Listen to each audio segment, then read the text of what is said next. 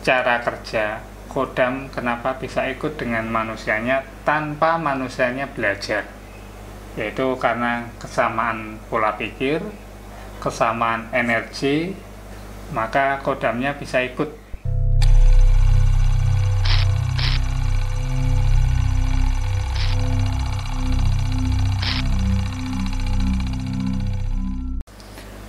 Oke, jumpa lagi dengan saya Jalak Peninggal dalam channel yang khusus membahas tentang supranatural dan spiritual.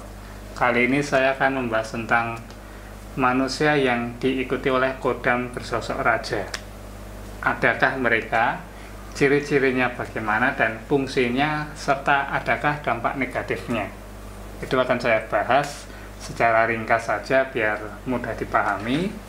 Dan juga sebelumnya saya minta maaf dulu jika nanti ada suara motor lalu lalang, karena rumah saya itu di pinggir jalan dan belum sempat pasang peredam suara. Oke, kita lanjutkan ke bahasan manusia yang diikuti oleh kodam raja. Apa sih itu kodam? Kodam itu adalah makhluk gaib yang ikut dengan kita untuk membantu ataupun menjaga secara tidak langsung. Wujudnya apa saja? Macam-macam. Ada yang wujudnya harimau, manusia harimau, kera, ular, putri, orang tua, petapa, ataupun sosok raja yang akan saya bahas ini. Jadi wujudnya lain-lain serta punya dampak dan efek yang lain-lain juga bagi setiap orangnya.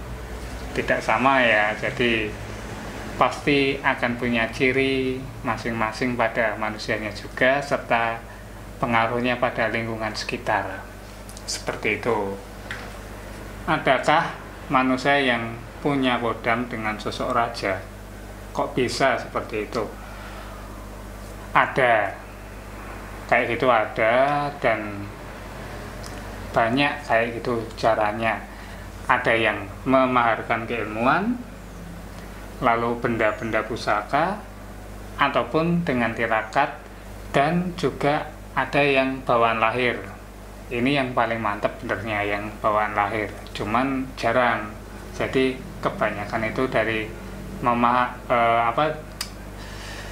memaharkan kodam, belajar keilmuan, dan semacamnya. Cuman yang paling mantap yaitu tadi yang bawaan lahir. Itu biasanya dari turun-temurun atau terah ataupun itu nasab ya, seperti itu. Lalu kenapa kodam yang sosok raja bisa ikut manusia? Mereka kan raja, manusianya kok bisa beli, bisa dapat, padahal dia tidak punya terah dari raja-raja zaman dahulu. Inilah yang rancu pada zaman sekarang ataupun zaman dulu. Berbeda antara manusia dan makhluk gaib. Tentang raja itu berbeda, tatanannya itu berbeda, jadi bisa dipahami ya. Lingkupnya itu sangat jauh antara raja manusia dan raja jin. Raja manusia pasti butuh kerajaan, banyak rakyat, tempat yang sangat luas, dan banyak hal lainnya.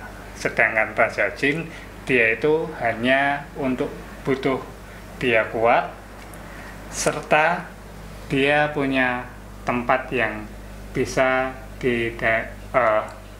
serta dia hanya butuh tempat untuk dijadikan markas ataupun jadi punya kerajaan gaib. Wujudnya itu apa sih kerajaan gaib? Apakah jadi kayak kastil ataupun kayak kerajaan-kerajaan di dalam manusia? Enggak harus seperti itu. Kadang-kadang hanya kosong saja tanpa ada bangunan, itu tetap dia bisa jadi semacam kerajaan, cuman tetap ada rajanya ataupun pimpinannya, seperti itu. Jadi berbeda tatanannya ya. Lanjut lagi ke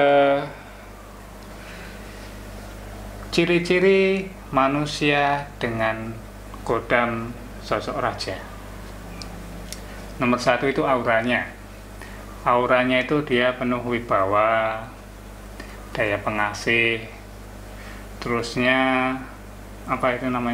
mengayomi, terusnya tatapan matanya itu langsung bisa buat orang lain tunduk. Itu pada manusianya akan berefek semacam itu. Nanti ketika ada orang punya kodam raja ketemu dengan orang asing walaupun banyak, dia langsung akan bisa dipercaya, serta orang-orang lain akan tunduk kepadanya tanpa sadar, akan nurut apapun yang dikatakan dan diingini oleh manusia dengan kodam sosok raja tersebut. Itu yang pertama. Terus yang kedua adalah cara bicara. Cara bicaranya itu biasanya nggak banyak. Dia itu ngomong hanya seperlunya, tapi tajam, tegas, dan langsung diikuti oleh orang lain. Dia nggak akan ngomong banyak, ngomong yang besar itu enggak. Biasanya dia akan lebih banyak diam, mengamati, lalu ketika dia ngomong langsung dipercaya dan banyak orang tunduk secara sukarela tanpa ada perasaan iri ataupun sakit hati. Seperti itu ciri yang kedua. Lalu ciri yang ketiga. Ciri yang ketiga itu biasanya manusia dengan kodam sosok raja ketika dia hadir dalam sebuah lingkungan, nantinya lingkungannya akan merasa aman hingga nanti dia dijadikan pimpinan ataupun dia dijadikan panutan semacam itu. Pasti kayak gitu. Ketika manusia dengan kodam raja itu hadir, orang lain akan datang dengan sendirinya dan langsung akan percaya, mengasihi, dan sukarela mendengarkan serta mengikuti apapun yang dikatakan oleh manusia dengan kodam raja. Terus yang terakhir yaitu kerezekian. Manusia ketika punya kodam raja, secara sadar ataupun enggak sadar, secara diakui ataupun enggak diakui dia punya kodam raja, baik dari keturunan, mahar, ataupun keilmuan, biasanya akan punya jalur rezeki yang lebih cepat. Jadi seperti itu, dia itu masalah keuangan tidak akan kesulitan. Itu kalau dia benar-benar diikuti oleh kodam dengan sosok raja, seperti itu cirinya yang pokok seperti itu. Sebenarnya itu masih banyak ciri-ciri lain, cuman enggak signifikan. Bentar adzan, tak matiin dulu, kita sambung nanti.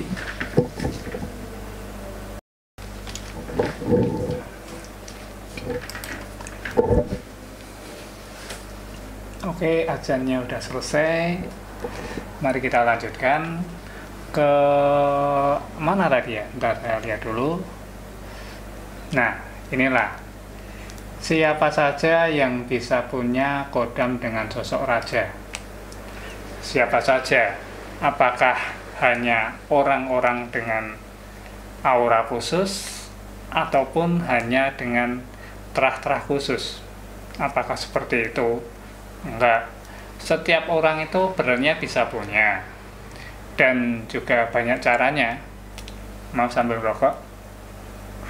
Cuman kembali lagi, apakah dia bisa ketemu dengan guru yang tepat ataupun dengan seller keilmuan yang tepat, ataupun dia belajar keilmuan dengan tepat yang khusus untuk kodam raja ini dalam kajian ilmu supranatural ya, seperti itu. Lalu lanjut fungsinya. fungsinya itu apa sih sebenarnya? Manusia punya kodam sosok raja. Fungsinya itu banyak jika dalam supranatural tentunya. Jadi saya hanya membahas dalam segi supranatural saja, bukan dalam kajian-kajian lain, nanti bisa bentrok ya. Jadi fungsinya itu yang pertama untuk menaikkan wibawa seseorang dalam lingkungan sosial maupun dalam dunia bisnis. Terusnya itu booster energi serta untuk menguatkan kesehatan, menambahkan kesehatan dalam diri. Yang ketiga, untuk pagar gaib agar dia tidak mudah diserang oleh serangan-serangan gaib ataupun makhluk-makhluk gaib yang negatif. Keempat, itu agar dia punya kepekaan serta dia punya daya nalar yang lebih tajam dari manusia umumnya, serta masih banyak hal-hal lain yang bisa didapatkan jika dalam dunia supranatural untuk kehidupan seseorang, khususnya memakai kodam raja ini. Dampak negatifnya itu ada nggak sih? Manusia punya kodam dengan sosok raja. Menurut Anda ada nggak?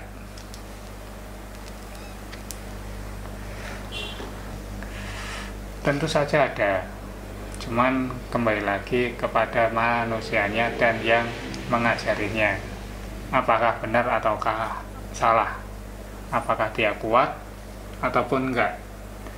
Dampak negatifnya jika dia tidak kuat, maka manusianya akan menjadi sombong, terus merasa angkuh, serta merasa ingin memiliki milik orang lain dengan seenaknya.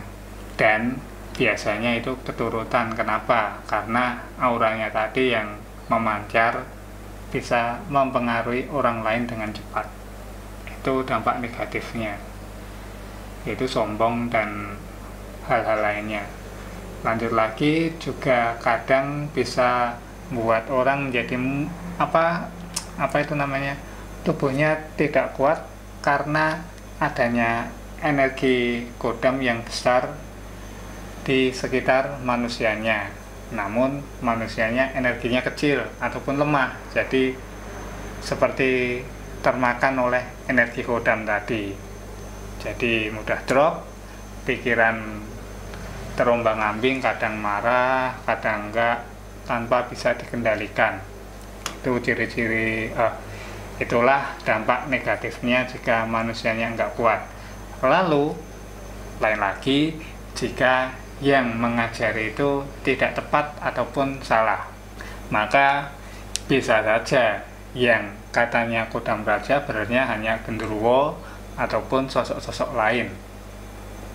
Jadi itu kembali lagi, carilah yang benar-benar. Apakah ciri-cirinya yang benar? Itu lain lagi, besok akan saya bahas di video yang lain, bukan di sini karena nanti terlalu panjang. Terus kita urutkan. Nah, ini bagaimanakah kodam raja bisa ikut manusianya tanpa dia membeli ataupun belajar? Inilah yang patut kita ketahui. Manusianya itu biasanya punya terah, ya kan? Terusnya lain lagi jika manusianya tidak punya terah, itu kok bisa diikuti oleh kodam sosok raja? Yang pertama adalah pola pikirnya seperti seorang raja, yaitu mengayomi. Hatinya luas, penyabar, serta dia tapi tegas. Kenapa kayak gitu? Karena gini, cara kerja kodam kenapa bisa ikut dengan manusianya tanpa manusianya belajar, yaitu karena kesamaan pola pikir, kesamaan energi, maka kodamnya bisa ikut. Contohnya yang paling simpel, ketika ada manusia tapi pola pikirnya itu jahat, omongannya pedas, itu nantinya akan menarik makhluk gaib yang negatif untuk jadi khodamnya. Tugasnya nantinya apa khodamnya ini? Kan ini jahat, ini juga jahat. Tugasnya itu untuk menambahkan keberuntungan saat si manusianya berbuat jahat, yaitu untuk mendorong kejahatan-kejahatan lainnya agar lebih bisa mulus dicapai. Beda lagi kalau manusianya itu baik, senang puasa, sifatnya baik, murah hati, penyabar, biasanya itu juga akan menarik makhluk-makhluk gaib yang positif, misalkan wujud petapa ataupun wujud-wujud makhluk gaib yang baik lainnya.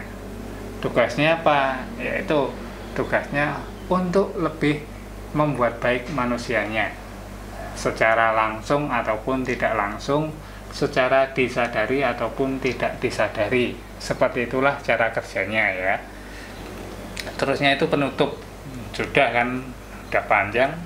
Manusia itu masing-masing punya kodam, walaupun disadari ataupun tidak disadari, diakui ataupun tidak diakui. Anda semua punya kodam, punya korin ataupun punya pamomong. Tugasnya pun masing-masing sesuai dengan cara hidup Anda, pola pikir Anda, sosial Anda, dan tingkah laku Anda. Ketika Anda baik, maka akan ada khodam yang baik, ataupun nantinya khodam yang buruk akan menjadi ikut baik. Jangan lupa subscribe dan like jika ini bermanfaat bagi Anda, dan silahkan sebarkan ini. Terima kasih dan sampai jumpa lagi pada pembahasan-pembahasan selanjutnya yang tidak kalah menarik. Sekian dan terima kasih. Rahayu.